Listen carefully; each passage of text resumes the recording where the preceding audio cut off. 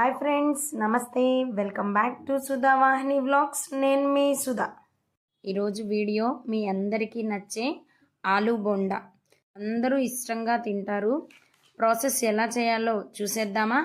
First pan పెట్టి oil వేసి పోపు దినుసులు వేసి కొంచెం పోపు దినుసులు ఫ్రై అయిన తర్వాత సన్నగా తరిగిన అల్లం, పచ్చిమిర్చి, ఉల్లిపాయ ముక్కలు వేసి కొంచెం ఫ్రై అయిన తర్వాత సన్నగా తరిగిన వెల్లుల్లి ముక్కలు కూడా వేసి ఒకసారి కలుపుకున్నాక ముందుగా ఉడికించి మ్యాష్ చేసుకున్న ఆలూని వేసి మన రుచికి సరిపడా సాల్ట్, కొంచెం కారం వేసుకొని ఒకసారి కలుపుకొని మూత పెట్టి ఒక 2 నిమిషాలు మగ్గనివ్వండి. 2 మినిట్స్ తర్వాత ఒకసారి కలుపుకొని చివరిగా కొత్తిమీర, కరివేపాకు వేసుకుంటే స్టఫింగ్ రెడీ.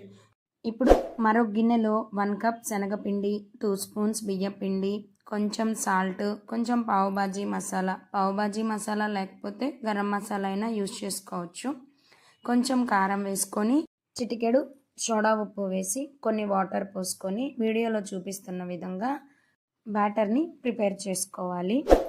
నెక్స్ట్ డీప్ ఫ్రైకి ఆయిల్ పెట్టుకొని మనం ముందుగా ప్రిపేర్ చేసుకున్న ఆలూ స్టఫింగ్ని చిన్న చిన్న బాల్స్ లాగా చేసుకొని ఈ బాల్స్ని శనగపిండిలో డిప్ చేసుకొని ఆయిల్లో వేసుకొని డీప్ ఫ్రై చేసుకోవాలి.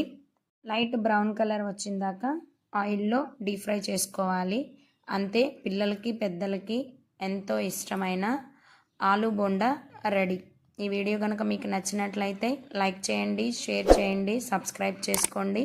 ఫస్ట్ టైం నా వీడియోని చూస్తున్న వాళ్ళైతే ప్లీజ్ సబ్స్క్రైబ్ చేసుకోండి. Thanks for watching.